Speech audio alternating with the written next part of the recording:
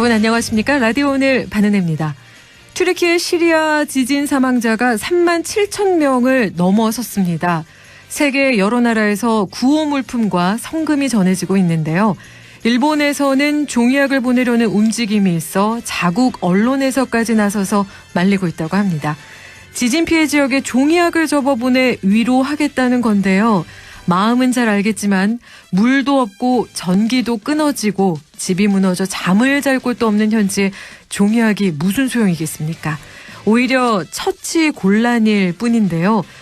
또 우리나라에서도 구호물품이 많이 모이고 있지만 중고품이 많다고 합니다. 심지어 해지고 닳아 사용할 수 없는 것까지 있다는데요. 이런 건 구호 물품이 될 수 없겠죠. 위생 문제도 있어 튀르키예 대사관에서도 중고 물품은 자제해달라는 요청이 있었습니다. 재난에 고통받는 분들의 마음을 제대로 헤아려야겠습니다. 2월 14일 화요일 라디오 오늘 바로 시작하겠습니다. 2월 14일 화요일 라디오 오늘 1부 생활 속 법률 문제를 쉽고 명쾌하게 풀어보죠. 안영진의 쾌도난법 안영진 변호사와 함께합니다. 이후 이슈오른에서는 경상북도가 세포배양산업 특화 클러스터 조성에 나섰다는데요. 잠시 후 영남대학교 세포배양연구소장인 최인호 교수 연결해 자세한 이야기 들어보겠습니다. 이어서 최요한 시사평론가와 함께합니다. 한 주간의 시사 이슈를 알아보는 시간 최요한의 시사 따라잡기 준비되어 있습니다. 라디오는 생방송 놓친 분들 유튜브로도 다시 들을 수 있습니다. 많은 애청 바랍니다.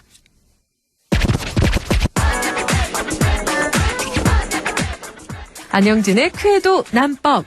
생활 속 어렵고 복잡한 법률 문제를 쉽고 재미있게 풀어보는 시간이죠. 안영진 변호사와 함께합니다. 안녕하십니까 변호사님. 네, 안녕하십니까. 실물로는 제가 처음 뵙는데요. 네. 실물이 훨씬 더 좋으시네요. 네, 감사합니다.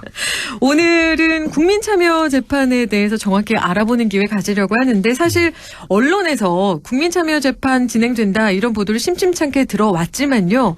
어떤 재판인지 또 언제 가능한지에 대해서는 저희가 잘 모르는데요. 우리 안 변호사님 최근 진행된 국민참여 재판에서 변론하셨다고 들었는데요. 국민참여 재판 정확히 무엇일까요?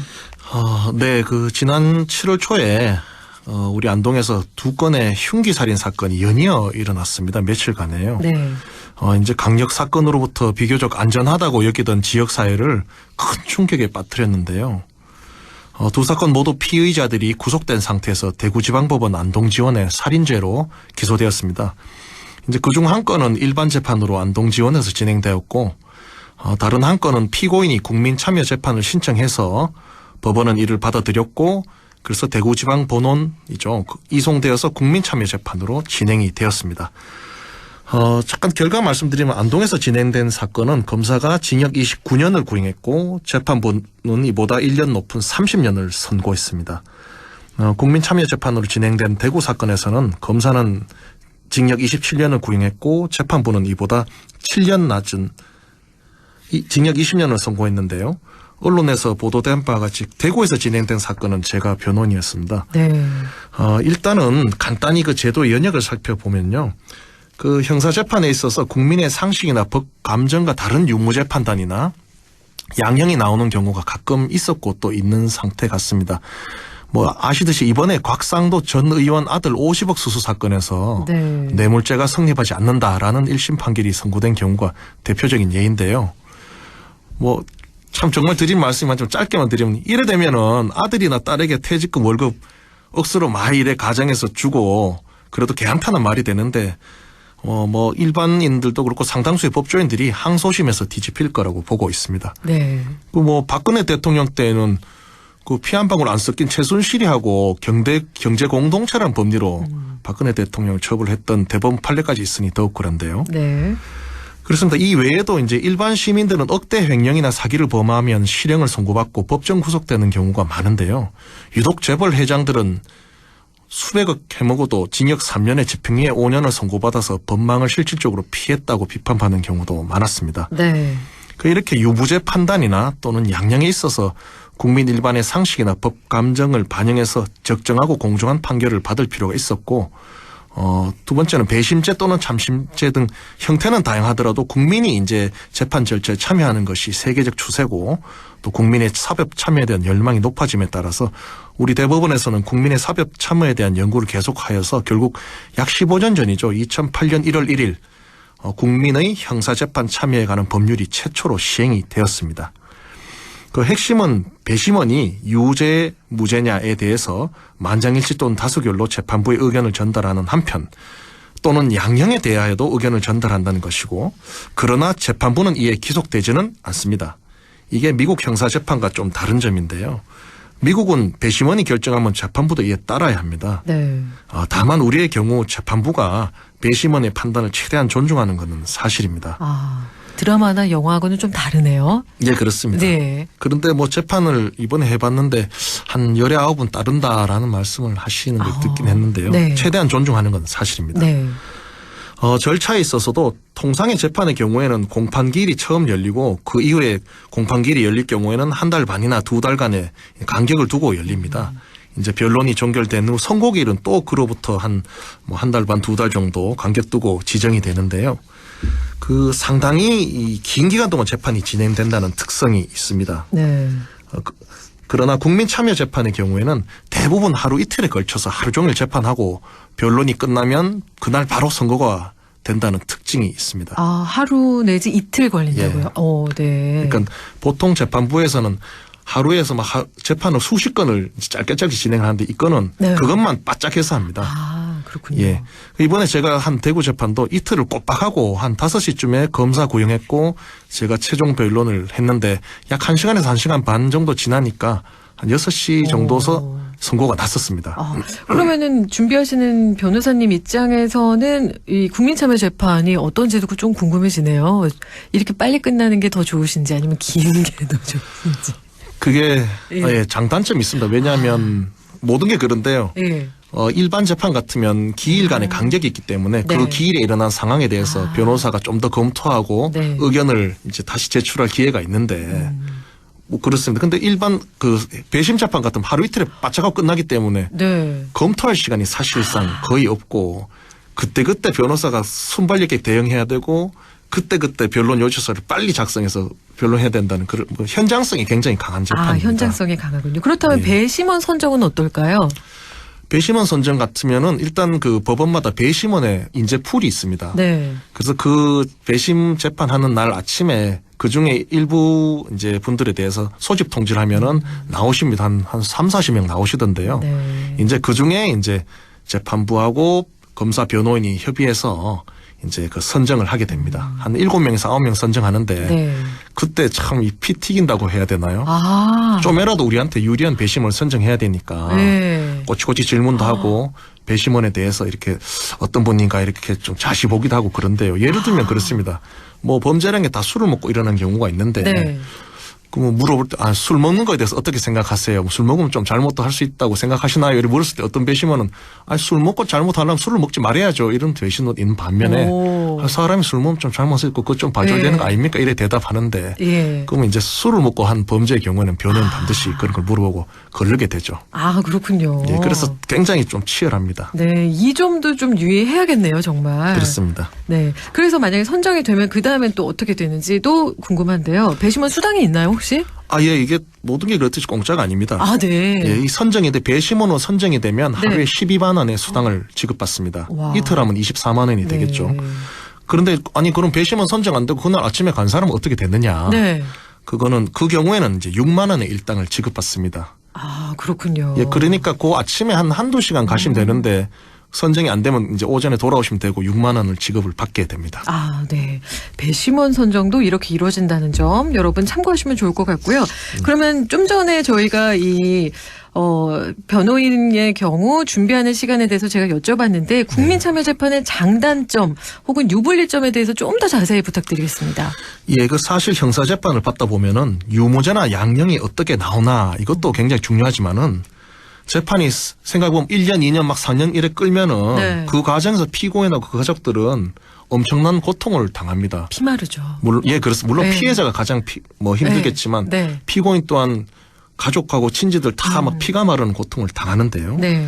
그래서 이제 유명한 법원 중에 지연된 정의는 부정된 정의다. 뭐 justice delayed, justice denied 이런 말씀이 있습니다. 네. 그리고 국민참여재판의 경우에는 하루나 이틀 만에 재판이 끝나게 되기 때문에 신속한 재판이라는 점에서는 상당한 장점이 있습니다. 네.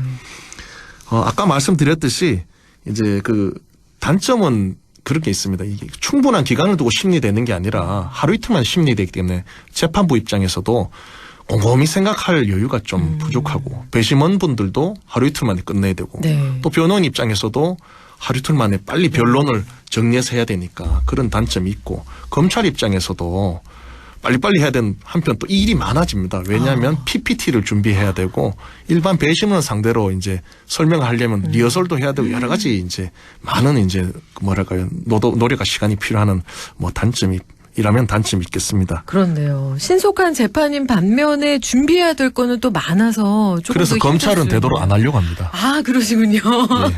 근데 우리 변호사님 입장에서도 좀 어려움이 있을 것 같아요.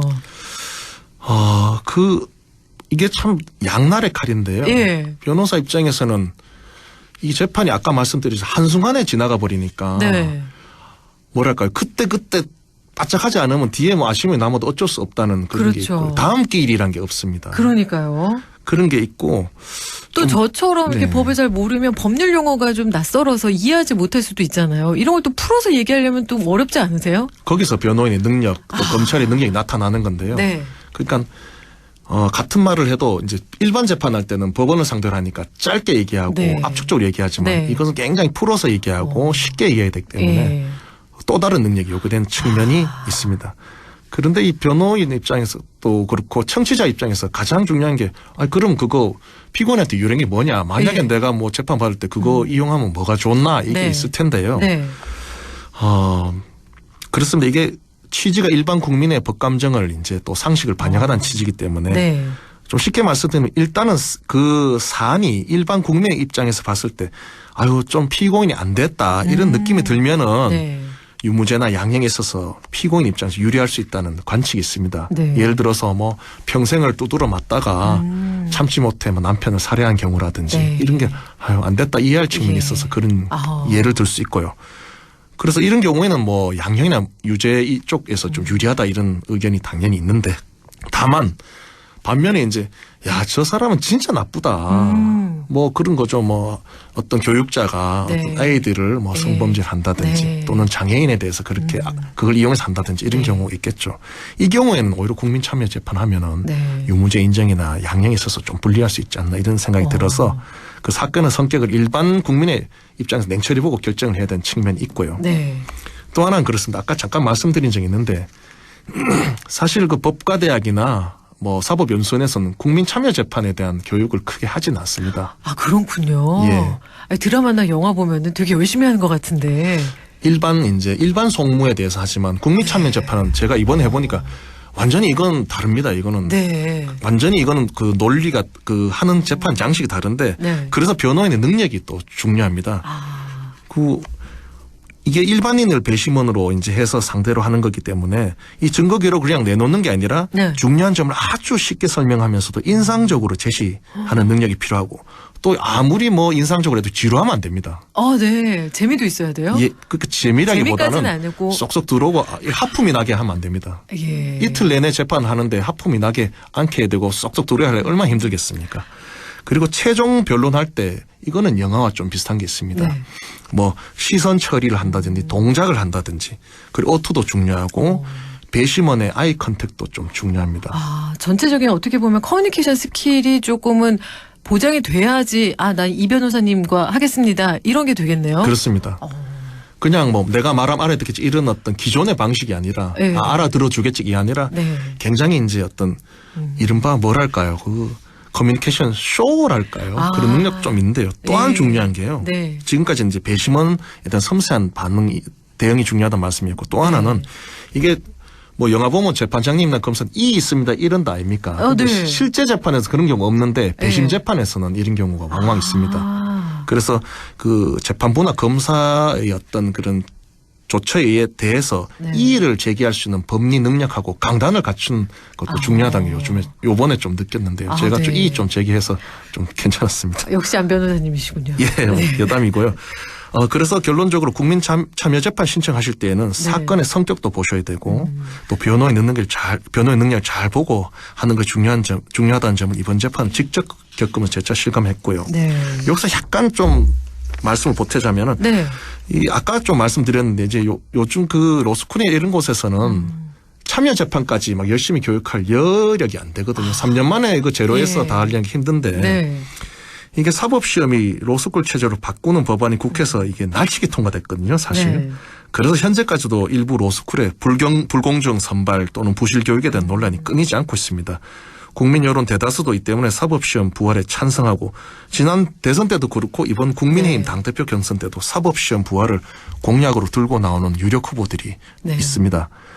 그래서 로스쿨 이제 독점 체제를 혁파해서 로스쿨 교육이 정상화되고 네. 사법시험도 부활되어서 양 제도 간의 선의의 경쟁을 통해서 상호 발전을 하고 또 국민의 선택을 서로 받도록 노력해야 된다라는 주장도 점점 힘을 얻고 있는데요. 네. 참 이번에 하면서 이게 참 변호사 역시 교육을 많이 받아야 되고 공부를 많이 시키는 제도로 가야 되는구나. 뭐 시험을 쉽게 뽑아서 많이 뽑자 이런 거는 이거는 오히려 국민에게 해가 되지 않겠냐 이런 네. 생각도 한번 해봤고요. 그렇죠. 믿고 맡기는 거고 예. 저희가 알지 못하는 부분을 좀 더 세세하게 알아서 예, 이렇게 어떻게 보면 좀 더 잘 내 편에 서서 일해 주실 분, 나서 주실 분을 저희가 부탁하는 거잖아요. 그렇습니다. 그렇기 때문에 공부를 많이 해야 되고 철저히 해야 된다. 예. 이런 말씀해 주셨어요. 네. 네. 법조인 양성 제도가 대대적으로 개혁할 필요가 있다는 점이고요. 네. 또 하나 이제 뭐 가볍게 말씀드리자면은 이제 법원에서는 이제 요즘 보이스피싱이 하도 이제 성행하고 네. 있는데요. 이 배심원 피싱도 있습니다. 배심원 피싱이 있어요? 그렇습니다. 이 법원에서는 배심원 선정과 관련해서 전화, ARS 등으로 개인정보를 묻거나 또는 과태료를 부과하고 계좌로 납부라는 안내를 절대 하지 않습니다.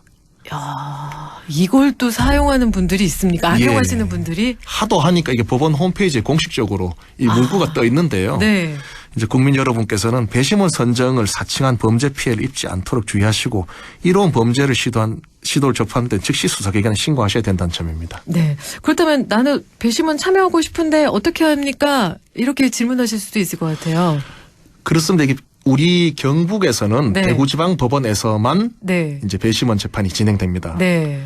우리 지금 방송에 나가는 뭐 안동이나 영덕이나 예. 청송, 예. 의성, 뭐 상주 이런 데는 네. 배심원 재판이 진행이 안 됩니다. 지원은 있지만요. 네. 그래서 그 지역에 사시는 분들은 배심원에 선정될 가능성은 거의 없다고 보셔도 되고 거의 대구에 사시는 분들이 되세요. 네. 그래서 무작위로 이제 선정이 네. 되고 네. 뭐 특별한 사정이 없으면 배심원 풀에 들어가시는데요. 네.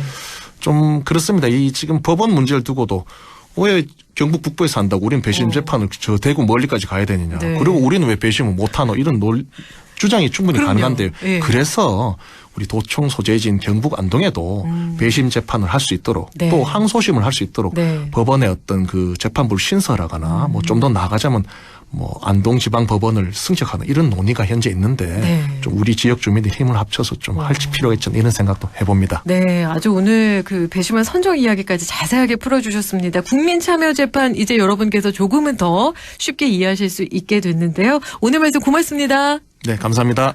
지금까지 안영진의 쾌도난법 안영진 변호사와 함께 이야기 나눴습니다.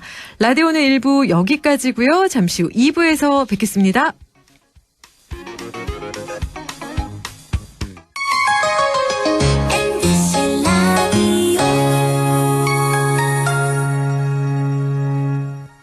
가구 살 땐 꼭 한번 가보자. 안동 명품 가구 백화점. 흑표 흑침대, 양성국 갤러리, 금성침대, 한국 가죽 소파, 장수돌 침대. 다양한 브랜드 가구를 한 곳에서 쇼핑할 수 있는 대형 가구 전시장. 안동 명품 가구 백화점. 예, 며느라. 밥 했어? 설거지 했어? 쓰레기 버렸어? 청소했어? 빨래했어? 개밥 줬어? 아들 낳았어? 딸 낳았어? 아무것도 안 하고 싶다. 이미 아무것도 안 하고 있지만 더 격렬하게 아무것도 안 하고 싶다. 지금은 그냥 라디오만 듣고 싶다.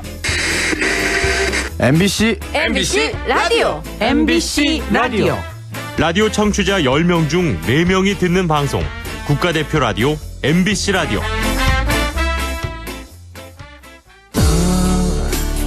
마음을 열어줘 다가가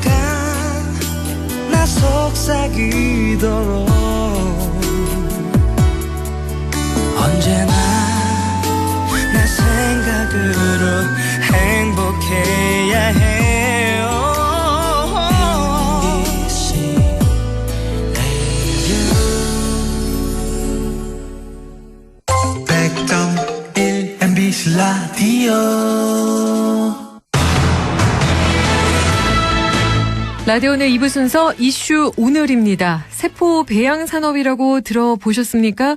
경상북도에서 세포 배양 산업 특화 클러스터 조성에 나섰다고 합니다. 우리 지역 의성에도 세포 배양 산업화 허브가 구축된다는데요. 일찍이 세포 배양 산업에 많은 공을 들여오신 분이죠. 영남대학교 세포배양 연구소장인 최인호 교수 연결해 자세한 이야기 들어보겠습니다. 안녕하십니까, 교수님? 예, 안녕하세요. 경상북도가 세포 배양 산업 기술 특화 클러스터 조성에 나섰는데 세포 배양 산업이 무엇인지 자세한 설명 부탁드리겠습니다. 예. 세포 배양 산업을 말씀드리기 전에 아마 세포 배양이 무엇인지 거기에 대해서 먼저 말씀드리는 것이 더 좋을 것 같습니다. 네. 제가 말씀드리는 세포 배양은 주로 이제 동물이나 인체 세포를 체외에서 배양하는 쉬운 말로는 키우는 그런 기술을 의미하고요. 네. 원래 이 세포 배양 기술은 생명과학 분야나 의학학 분야에서 몇십 년 전부터 하나의 그런 기초 연구 수단으로 많이 사용되어 왔고요. 그런데 이제 최근 들어서 이 기술이 이제 바이오약품 생산에 활용되기 시작하면서부터 산업계나 학계로부터 많은 관심을 받기 시작했습니다. 예를 들어서 현재 잘 아시는 것처럼 삼성 바이오로직스나 셀트리온 이런 다국적 회사들이 세포 배양을 통해서 의약품을 생산하고 있고요. 또 그 규모가 세계적인 수준입니다, 벌써. 네. 또 가까이 있는 우리 지역에 있는 그 안동의 SK 바이오사이언스가 세포 배양을 통해서 여러분 잘 아시는 백신을 생산하고 있죠. 우리 지역의 자랑이기도 하고요. 네. 또 이것도 하나의 좋은 예라고 저는 그렇게 생각합니다. 세포 배양 기술에는 세 가지가 필요한데요. 그 중에 하나는 이제 세포라는 것이 필요하고 당연히 또 이런 세포의 먹이에 해당되는 배지라는 것이 필요하고요. 마지막으로 이런 세포를 키우는 데 필요한 이런 장치나 시설이 필요합니다. 근데 아이러니하게도 우리나라는 현재 바이오약품을 그렇게 많이 생산하면서도 정작 이런 바이오약품 생산에 필요한 이 세포 배양에 필요한 이런 핵심 소재, 장치, 흔히들 소부장이라는 말을 많이 씁니다. 네. 이런 것들을 대부분 수입에 의존하고 있지 않나 그렇게 생각하고 있습니다. 세포 배양과 세포 배양 기술까지도 이렇게 얘기해 주셨는데 세포 배양 기술하면 저는 배양육 얘기도 종종 들었는데요. 실제 소나 돼지가 아니라 실험실에서 만들어진 고기를 우리가 그러면 곧 먹게 되는 날이 오는 건가 이런 생각이 들었는데 배양육이 가지는 장점도 많다고요? 예. 먼저 첫 번째 질문에 대한 답은 네. 최근 많은 분들이 배양육이라는 말 많이 들으신 것 같고요. 굉장히 많은 관심을 보이세요. 네. 그래서 최근 몇 년 전부터 이제 많은 연구자들이나 또 산업체가 하나의 그 미래 식품으로서 가축의 이런 세포를 배양해서 만든 고기, 다른 말로 이제 배양육이라고 하거든요. 네. 그러면 배양육 생산에 이제 많은 그런 연구비, 그다음에 자본을 현재 투자하고 있습니다. 그래서 현재 그 배양육 생산 분야가 이제 산업화기 되려면 먼저 이제 선행해야 할 그런 것들이 있습니다. 기술적인 측면, 다시 말해서 어떻게 이렇게 세포를 건강하게 빠른 시간 내에 최대로 많이 키울 수 있게 하느냐. 그다음에 또 생산 단가를 어떻게 최소화해서 가격 경쟁력을 갖출 수 있게 하느냐. 그리고 또 우리가 먹어야 되는 식품이기 때문에 안전하게 먹을 수 있도록 배양육을 식품 안전성을 어떻게 이렇게 보장할 수 있게 보장하면서 생산할 수 있느냐. 이런 여러 가지 문제점을 해결해야 되고요. 그런 데까지는 시간이 좀 더 필요하다고 생각합니다. 하지만 글쎄요, 몇 년이라고 제가 정확하게 이렇게 네. 꼬집어서 말씀은 못 드리지만 아마 배양육을 식탁에서 볼 수 있는 날이 조만간 올 거라고 저는 그렇게 생각합니다. 그렇군요. 예, 배양육의 장점을 물어보셨는데, 배양육의 장점이라면 많은 분들이 조금은 이제 들어보신 것처럼 우리나라는 인구가 줄고 있지만 전 세계적으로는 인구가 지금 증가하고 있거든요. 네. 그래서 이런 기존의 전통적인 축산 방법으로 우리 인류가 필요로 하는 고기를 이게 충족시키는 데는 아마 한계가 있다고 생각을 합니다. 그런 차원에서 인간이 필요로 하는 이런 동물성 단백질 식품을 세포 배양을 통해서 생산한다는 것과 그다음에 또 가축을 많이 키우면 당연히 환경 오염 문제가 항상 이렇게 따라다니거든요. 네. 이런 환경 오염 문제를 줄일 수 있다는 측면. 그다음에 훨씬 더 나가신 분들은 좀 이렇게 와닿지 않는 분들도 있겠지만 앞으로 이제 우주 시대가 되면 우주에서 소돼지를 끌고 가서 고기를 먹을 수는 없으니까 배양육을 만들어서 먹는 그래서 우주 시대를 대비한 식품이다. 여러 가지 이런 다양한 장점들을 많은 분들이 강조하고 있습니다. 네, 시간이 좀 걸리겠지만 실현화되면은 정말 이렇게 다양한 장점을 가지고 있어서 좋을 것 같은데요. 세포 배양 면에서 보면은 이게 배양육만 아니라 백신이라던가 화장품 개발에도 도움이 된다고 들었는데요. 세포 배양 산업 발전 전망도 좀 궁금합니다, 교수님. 예. 세포 배양의 그런 역할이 점점 분야가 이렇게 넓어지고 있고요. 네. 제가 말씀드린 것처럼 이 세포 배양 기술은 최근에 백신을 포함한 이런 다양한 바이오 약품을 생산하는데 이제 활용될 수 있다고 좀 전에 말씀드렸는데 네. 또 어떤 일이 있느냐면 이 화장품을 이렇게 개발을 하면 회사에서 이걸 테스트해야 되거든요. 예. 또 여기에도 또 이 세포 배양 기술이 지금 활용되고 있습니다. 그래서 과거에는 이렇게 개발된 화장품이 갖고 있는 어떤 독성이나 인체 알레르기 반응 이런 부작용을 검사하는데 동물을 이용하는 이런 시험 과정을 거쳐야 했었는데 이제는 이런 동물 실험을 거쳐서 생산된 화장품은 판매할 수 없도록 그렇게 되어갑니다. 네. 그러다 보니까 동물을 대체한 이런 세포 배양 실험을 통해서 이런 실험을 이제 하는 그런 추세로 지금 가고 있고요. 또 얼마 전 뉴스 제가 한번 보니까 이제 미국에서는 심지어는 약을 개발하는 과정에서도 예전하고는 틀리게 동물 실험을 반드시 안 거쳐도 된다 그렇게 이야기를 했습니다. 네. 결국 그게 무슨 이야기냐면 앞으로는 이제 세포 배양 실험으로 최대한 이 동물 실험을 대체해서 불필요하게 실험 동물을 이제 희생시키는 그런 일을 좀 줄이고자 하는 그런 노력인 것 같고요. 결국 종합해서 말씀드리면 이런 세포 배양 기술이 활용되는 산업 분야가 점점 늘어나고 있다 말씀드릴 수 있을 것 같고요. 그래서 또 앞으로 사회적 요구가 이렇게 많이 생길 수 있는 유망한 분야라고 저는 생각하고 있습니다. 네, 이렇게 세포 배양 기술의 유명한 분야인데요. 현재 국내외 세포 배양 산업의 현황은 어떤지도 궁금해요, 교수님.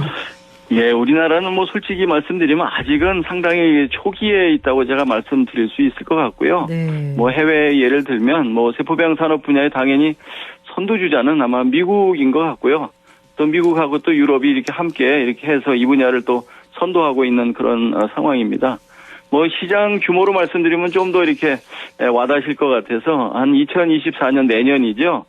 이 세포 배양 산업 그 규모를 한 325억 달러로 지금 전망하고 있습니다. 근데 이거는 순수하게 세포 배양 기술에 대한 그런 기술 분야에 대한 거고요. 좀 전에 말씀드린 배양육 생산, 그다음에 바이오 약품 생산과 같이 이렇게 세포 배양 기술을 응용한 관련 분야까지 포함하면 그 규모가 어마어마하게 저는 클 거라고 생각하고 있고요. 우리나라도 바이오 산업이 최근 들어서 이렇게 급성장하고 있는 추세여서 세포 배양 산업이 차지하는 부분도 이것에 비례해서 앞으로는 상당히 커질 거다. 저는 그렇게 전망하고 있습니다. 네, 세포 배양 산업의 미래는 아주 밝다 이렇게 생각할 수 있을 것 같은데요. 교수님께서 소장으로 계시는 영남대 세포 배양 연구소는 이미 오래전부터 많은 공을 들여 오셨죠. 내년부터 의성에서 실제 기업들이 배지 생산에도 들어가게 된다고 들었는데요. 자세한 또 설명 부탁드리겠습니다, 교수님. 예, 맞습니다. 저희 의성군의 세포 배양 산업화 허브를 이런 구축하겠다는 목표로 해서 2015년부터 일해왔습니다. 그래서 올해가 이제 9년째가 되는 것 같고요. 또 함께 일을 추진했던 교수들이 모여서 이제 좀 상설적인 조직을 한번 만들어서 지속적으로 이 사업을 추진하자. 그래서 2017년에 개소한 것이 우리 영남대학교 부설 세포배양연구소입니다. 전국 유일한 세포배양 특화된 그런 연구 조직이고요. 네. 현재는 주식회사 T리보스가 저희 영남대학교 창업보육센터에 입주해 있어서 저희 연구소와 함께 이제 세포배양에 필요한 핵심 소재인 배지를 생산하기 위한 그런 연구를 공동 연구를 진행하고 있고요. 또한 의성군이 이 주식회사 T리보스와 함께 이제 배지 개발을 할 수 있도록 저희 연구소에 클린룸이라는 특수시설을 설치해 주었습니다. 그래서 현재 이제 이 회사가 내년에 의성군에 가기 전에 시제품을 제작할 수 있는 그런 준비를 완료한 상태입니다. 네. 그래서 아마 내년에 이제 의성 바이오 일반 산업단지에 이 회사가 한 500평 규모의 세포배양 전용 배지 생산 시설을 이제 짓거든요. 아마 그렇게 되면 조만간에 우리 지역에서 우리나라에서 유일하게 대규모의 배지를 생산해서 연구자나 또 필요로 하는 기업에게 공급할 수 있는 그런 날이 조만간 올 것으로 저는 기대하고 있습니다. 네, 경상북도가 이렇게 세포배양 산업에 뛰어들게 된 배경에는 그간에 이런 엄청난 노력이 있었구나 그런 생각이 드는데요. 경상북도가 세포배양 산업을 의성과 경산, 포항, 구미에서 거점 육성하기로 했다 이렇게 발표를 했는데요. 각 지역이 어떤 특성을 갖고 있는지도 궁금합니다, 교수님. 예. 뭐 잘 아시는 것처럼 뭐 우리 지역이 점점 어려워진다고들 하죠. 네. 뭐 특히 뭐 북부권은 더 심한 편이고요. 그래서 뭐 아까 말씀드린 것처럼 거의 9년 전에 이제 경북도청으로부터 제가 경북 북부권이 발전할 수 있도록 새로운 대형 바이오 관련 국책 사업을 기획해달라는 그런 요청을 받았습니다. 네.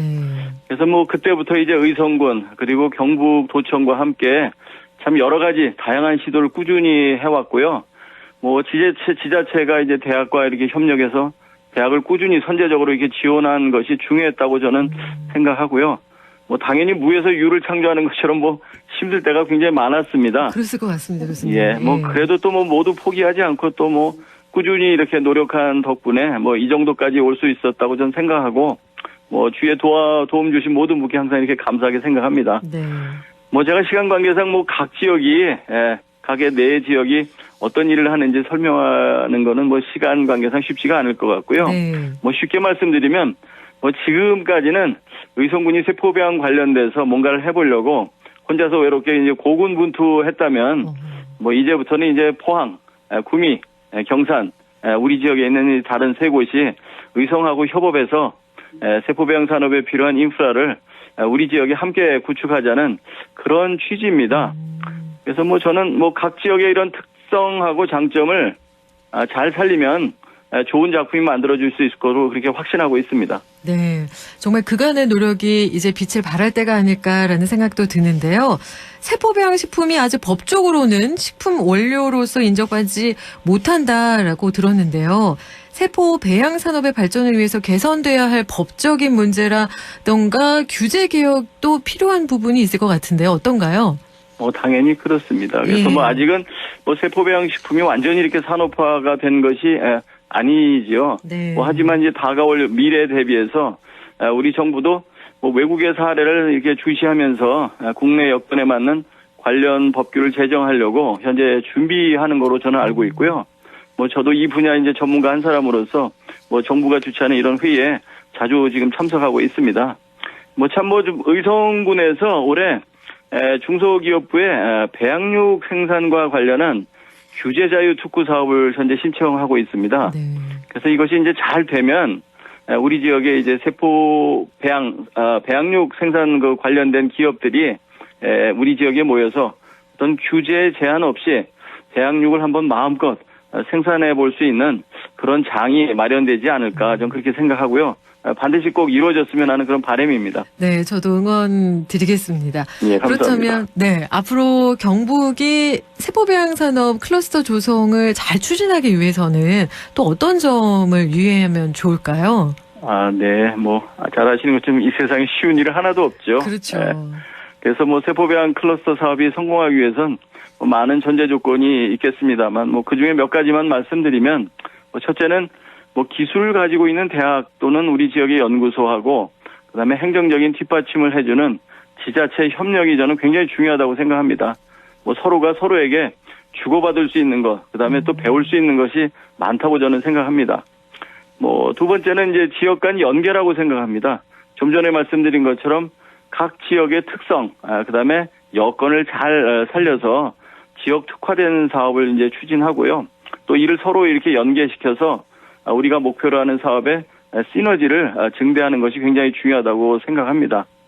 그다음에 이제 마지막으로는 뭐 기업이 필요로 하는 그런 양질의 인력을 적재적소에 이렇게 공급하는 것이 저는 굉장히 중요하다고 생각합니다. 뭐 잘 아시는 것처럼 요즘 기업이 지역에 오기를 꺼려하는 가장 큰 이유가 인력난입니다. 네. 물론 뭐 이 부분은 대학의 역할이 굉장히 중요하겠지만 정부 그리고 지자체의 지원, 그다음에 기업들과의 그런 협력도 저는 굉장히 중요하다고 저는 생각합니다. 네. 역시 인력도 중요하고 함께 한다는 거, 협력이 가장 또 중요하구나라는 걸 다시 한번 깨닫게 됩니다. 오늘 세포 배양 산업에 대해서 자세한 이야기 해주셨는데요. 오늘 말씀 고맙습니다. 예, 감사합니다. 지금까지 영남대학교 세포배양연구소 최인호 소장 연결해 함께 이야기 나눴습니다. 라디오 오늘에서는 청취자 여러분의 참여를 기다리고 있습니다. 우리 지역에서 발생한 사건 사고 소식이나 함께 토론하고 싶은 내용을 안동 MBC 홈페이지 라디오 오늘 게시판에 올려주시기 바랍니다. 전화와 문자 참여도 하실 수 있습니다. 전화는 851국에 7191번, 문자는 샵 0913번으로 보내주시면 됩니다. 문자는 단문 50원, 장문 100원의 정보 이용료가 있습니다. 여러분의 많은 참여 바랍니다.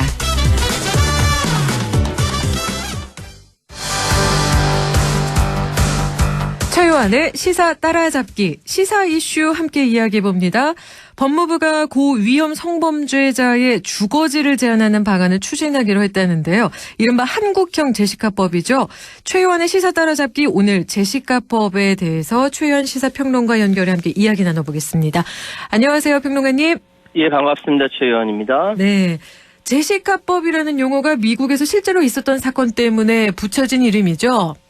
예, 맞습니다. 2005년도 2월 24일 미국 플로리다주에서 9살 난 제시카 런스포드라는 어린 여자아이가 성범죄 경력이 있는 옆집 남자 46살 존 쿠이에게 납치된 뒤 강간당하고 살해당한 사건이 벌어졌습니다. 네. 이 사건이 미국 전체에 엄청난 충격을 주었거든요. 사실 거기 관련돼서 여러 가지 이제 막 이야기가 있는데 너무 끔찍해서 방송에서 하여튼 언급하기가 좀 어렵습니다. 어째 이 사건 때문에 많은 사람들이 정말 분노했는데요. 그런데 존 쿠이는 배심원단의 그 만장일치로 사형 선고를 받았어요. 근데 항소해서 재판이 계속되는 와중에 2009년에 암으로 자연사했습니다. 근데 이 사건이 일어나기 전에 이미 존 쿠이는 아동 성범죄 전과 2범이고 10년형을 선고받았는데 모범수로 2년 만에 출소한 것으로 드러난 겁니다. 이후 제시카 아버지는 내 이웃이 성범죄자인 걸 알았던 미리 피해서 딸이 살해당하지도 않았을 것이다 라면서 성범죄자에 대한 엄격한 관리를 해달라는 강력한 요청을 했고 주의회에 이게 받아들여서 제시카 런스포드법이 생겨난 계기가 됐다는 거죠. 네. 이 제시카 런스포드법의 대략을 보면요. 아동 성범죄자는 플로리다주에서 그렇습니다. 아동 성범죄자는 초범이라도 25년 징역형. 그리고 재범은 무기징역 선고를 원칙으로 한다. 또 출소한다고 해도 평생 전자위축 추적 장치를 장착해야 되고 또 아동 성범죄를 출소한 사람이 학교와 공원 등으로부터 약 600여 미터 내에 거주하지 못하도록 제한한다. 이게 제시카법입니다. 네. 현재 미국의 40여 개 주에서 시행 중이라고 하네요. 그래서 우리도 이제 강력한 무언가가 필요하다라는 생각에 지난달 말에 법무부가 이 윤석열 대통령이 이 제시카법 도입 계획을 담은 업무 보고를 했다고요. 네, 한동훈 법무부 장관이 윤석열 대통령에게 2023년 법무부 5대 핵심 추진 과제 중에 이 한국형 제시카법 도입 계획을 보고를 했습니다. 근데 법무부는 한국의 인구 밀집도를 고려해서 공원을 제외한 학교와 어린이집 등 보육시설 기준으로 500m 범위에서 주거를 제한하는 방안을 추진 중인데 다만 법무부는 주거 제한 대상을 반복적인 범행을 저지른 성범죄자나 13살 미만 아동 대상 성범죄자 등으로 한정하고 법원이 개별 특성을 고려해서 제한 여부를 결정하도록 할 계획이라고 합니다. 아, 네. 그런데 법조 일각에서는 이에 대해서 이견을 보이고 있다는 소식도 있는데요. 어떤가요? 예, 이게 참 얘기가 많은데요. 네. 학교를 기준으로 주거를 제한할 경우 거주 이전의 자유를 과도하게 제한한다든지 서울권역 주거만을 제한해서 지역자 편중이 생길 수 있다. 다시 말씀드려서 인구가 밀집된 한국에서 학교를 기준으로 일률적으로 주거 제한을 할 경우 일단 성범죄자가 대도시나 중소도시에 사실상 거주하지 못하게 한다. 네. 과도한 제한이 될 수 있고 또 이미 진행 중인 전자발찌 제도와 신상정보 공개 제도를 활용하고 주거 제한은 피해자 주변 거주 제한 등의 방식으로 필요하다. 이런 이야기입니다. 그러니까 제시카법 입법 취지는 공감하지만 지금 기준으로서는 이들이 사실상 서울에 못 살게 되는 결론이 날 수 있고, 그러면 서울을 제외한 특정 지역의 범죄자가 모일 가능성이 있다. 또 그에 대한 대책, 근본적으로 이들의 재사회화 방안도 함께 고민해야 한다라는 주장입니다. 그래서 제시카법을 서울보호법이다 이렇게 비판하는 목소리도 있습니다. 네, 기사 제목에 그렇게 많이들 보이던데요. 그러면 예. 지금 법무부에서 추진하는 한국형 제시카법이 근본적인 해결책은 될 수 없다 이런 이야기죠. 그러니까 부모와 아이들의 걱정을 조금 덜어줄 수는 있겠지만 네. 근본적인 해법이라고 보기는 어려운 것이죠. 네. 전자발찌를 착용한 성범죄자들의 재범 장소를 보면요. 실제 주거지 500m 이내가 절반 정도였고 나머지 더 먼 곳에서 발생한다라는 거죠. 그러니까 이제 더 먼 곳에서 발생하기 때문에 주거지 제한이 이게 효과가 없다는 거죠. 미국에서도 진짜 거주 제한이 성범죄 재범 방지에 큰 효과가 없다. 이런 연구 결과가 나오기도 했습니다. 그렇다면 거주 제한이 재범 방지에 미국에서 큰 효과가 없었다면 우리나라에서도 마찬가지라는 이야기 아닌가요? 그렇죠. 일단 미국 같은 경우는 이제 그 제시카법은 연방법이 아니기 때문에 주마다 좀 내용이 좀 다릅니다. 네. 플로리다주 같은 경우는 뭐 성범죄자가 학교나 보육시설, 공원 뭐 등등 해서 한 1000피트, 300m 이내 거주를 금지한다라고 하는데 네. 거리 제한이 주별로 다 달라요. 어디에는 뭐 500피트도 있고 2000피트도 있고 다양하다라는 것이고 네. 문제는 미국에서도 이 성범죄자의 거주 제한법의 위헌론과 실효성 문제가 제기가 됐습니다. 네. 그러니까 우리나라가 이렇게 나오기 전에 이미 그런 문제 제기가 있었다는 거죠. 예를 들어서 캘리포니아주에서 2006년에 제시카법을 입법을 하려고 하는데 10만 명의 성범죄자가 한꺼번에 이사를 해야 되는 거였어요. 그게 네. 추산이 됐습니다. 네. 부작용을 우려해서 소급 적용을 하지 않게 되니까 법률 시행 이전 성범죄자는 그대로 거주하게 돼서 실효성 문제가 있었고요. 또 새로 주거를 얻지 못한 성범죄자들은 노숙자가 되면서 이들에 대한 위치 추적이 이전보다 더 어려워지는 문제도 발생했다는 겁니다. 또 실제로 있는 문제인데 이 성범죄자들 주거를 제한하니까 네. 이 세인트 피터즈버그에 변태마을이라는 불리는 곳이 있는데 네. 여기에 성범죄자들 다 모여 사는 거예요. 이동식 트레일러로 한 120에서 130명 모여 산다는데 여기에 다 모여 산다는 거예요. 그러니까 참 이게 실효성이 없다. 뭐 이런 얘기가 미국에서 나오고 있는 거죠. 그렇네요. 그래서 일각에서는 별도 시설의 경우에는 보호 수용제를 주장하다. 뭐 이런 얘기도 있는데 이거는 어떻게 보시나요? 예, 아동 범죄자에 대한 형량을 높이는 것 외에도 출소 이후 별도의 시설에 격리에 지내도록 하는 거 이게 보호 수용제인데 대상을 엄격하게 선별하고 또 시설의 편의성을 향상시킨다는 점에서 2005년에 폐지된 보호감호제는 좀 차이가 있다라는 이야기입니다. 네. 이 보호수용제는 독일, 스위스, 오스트리아 등에서 실제로 이 제도를 시행하고 있고 영국이나 프랑스처럼 병적인 아동에 집착하는 성범죄자는 아예 기간 제한 없이 입원시킨 사례도 있다라고 합니다. 네, 우리나라에서도 예전에 이 보호수용제 도입을 시도한 적은 있죠?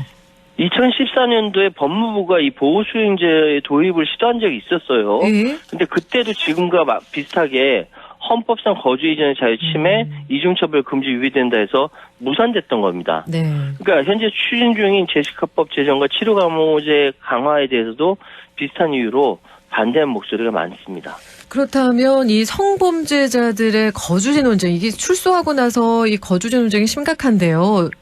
2020년 그 조두순 출소로 이게 시작이 된 거잖아요. 사실상 이게 전쟁이에요. 네.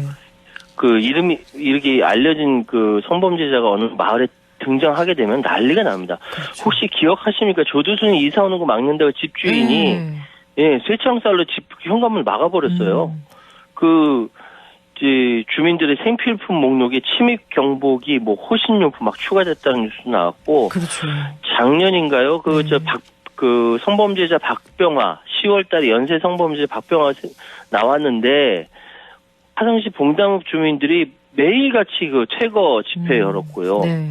그 화성시 직원들 경찰 초소 세워서 24시간 지키고 있고 심지어는 외출을 막는다고 문 앞에 그 박병화 집 앞에 밥과 김치를 놓아주는 정말 웃지 못할 상황이 벌어졌다고 합니다. 그렇죠. 그런데 이미 전국 곳곳에는 이렇게 수많은 출소한 성범죄자들이 살고 있잖아요. 맞습니다. 네. 그 여성가족부 성범죄자 알림 2에 신상과 거지가 공개된 성범죄자만 1월 5일 기준으로 전국 총 3,514명에 이른다고 합니다. 네.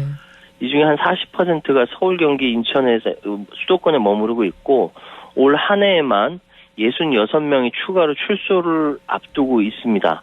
그래서 이런 사람이 등장한다라고 한다면은, 그러니까 성범죄자들의 공존에 주민들이 예민해질 수밖에 없는 거예요. 그렇죠. 왜냐하면 성범죄 거주지 인근에 어린이집부터 유치원, 초중고등학교 교육시설이 즐비하거든요. 네.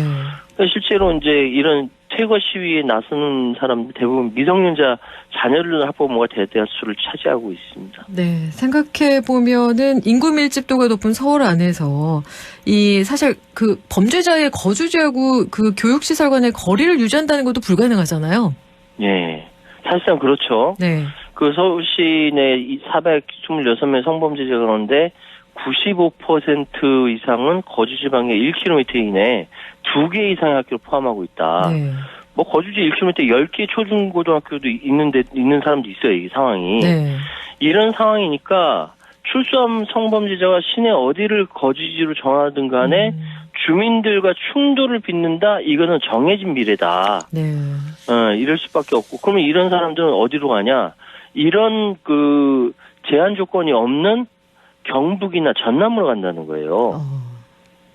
이게 문제인 거죠. 그러니까 그렇죠. 서울보호법이라는 비판의 목소리가 나올 수밖에 없는 거죠. 이게. 네. 이제 시간이 얼마 남지 않았는데 마지막으로 정리를 해주신다면 어떻게 정리를 해주시겠습니까? 사실 이 그 보호수용제, 그러니까 결국 시민의 불안을 최소화하고 출소자의 재범을 방지하면서도 이들의 사회정착을 지원할 두 마리 토끼를 잡을 수 있는 시스템 무엇이냐입니다. 네. 이 통제만으로는 불가능하고요.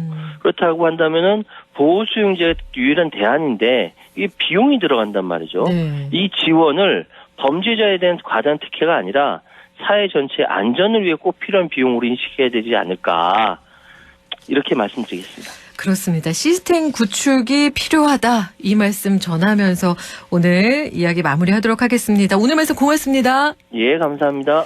지금까지 최유한 시사평론가와 함께했습니다.